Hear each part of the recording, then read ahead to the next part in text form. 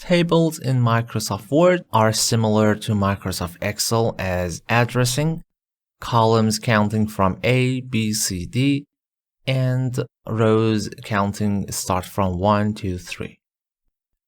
If I insert a table,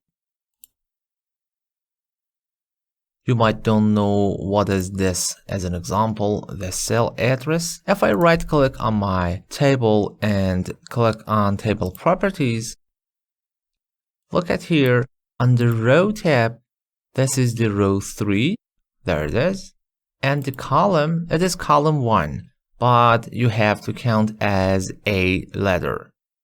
So in this case, this is column A, B, C, D, E, and F, and for rows, it is row 1, 2, 3, 4, 5, 6, and 7. So if you want to count for calculation on field code something, allow me to add few random numbers. Let's say I want to count only these 2 cells.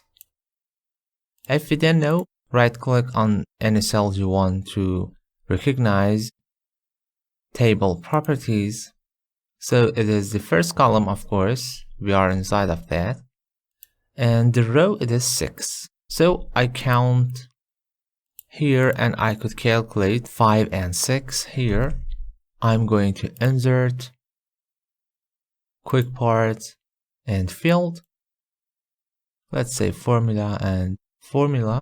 Or you could directly go to the layout tab, formula, and type it here. Instead of sum above, I could type the cell's address A5 and A6. Press OK, and there it is. The calculation is from 6 and 2. Allow me to change the number like 20 and press F9 to update, and there it is. You see, it is counting like that.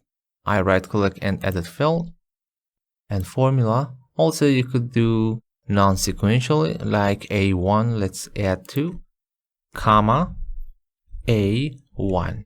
Okay, and the calculation between 5 and 6 it is 11, and with 20 is 31.